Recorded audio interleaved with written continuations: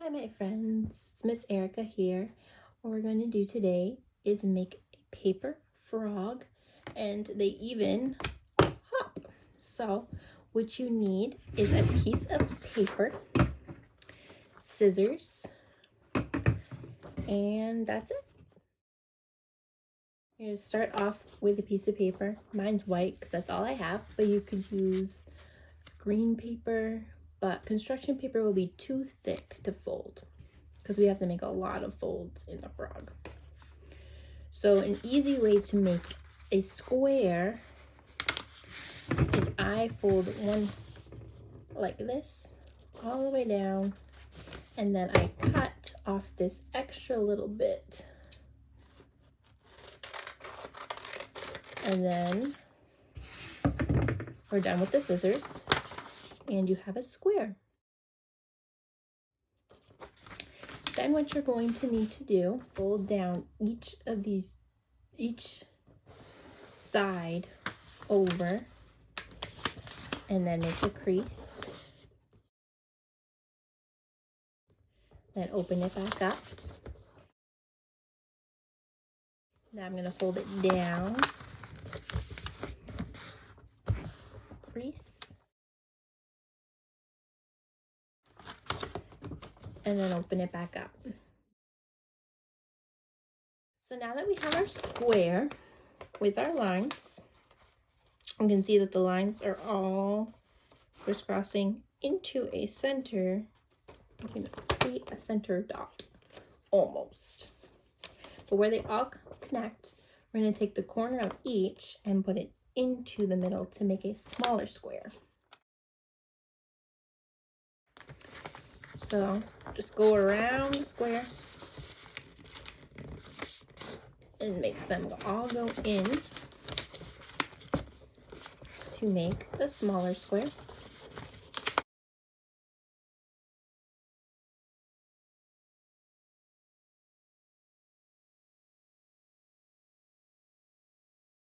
I'm going to fold this corner into the line. It won't be in the center, it's going to be a little bit higher. And it's going to make a kite shape. That's the word I was looking for. So now that I've folded it and it looks like a kite, now I'm going to take the bigger triangle. See how we have two triangles now? The bigger triangle is going to be on the top of my board.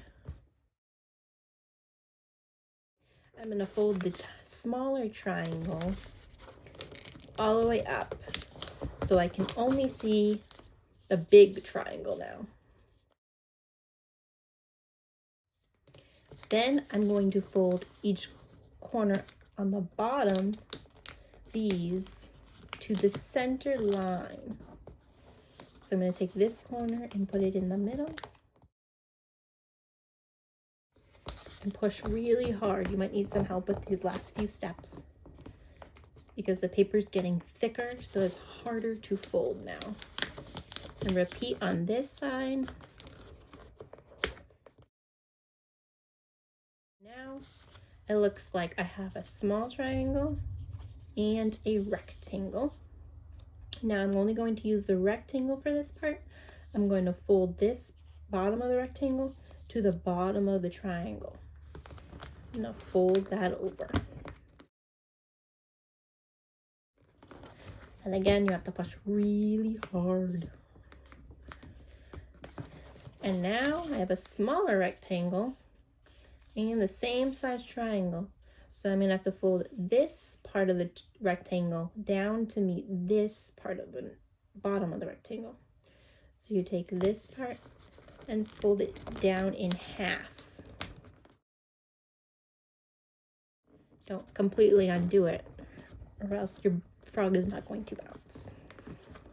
So now it should look like this. See how it's thick here? That's where it was really hard to fold. The last step for folding is you're going to fold the nose down a little bit, just so your little frog can stand up. Here's my frog. And now you can either play with it, it'll jump, or you can design it. And when I'm all done designing mine, I will show you.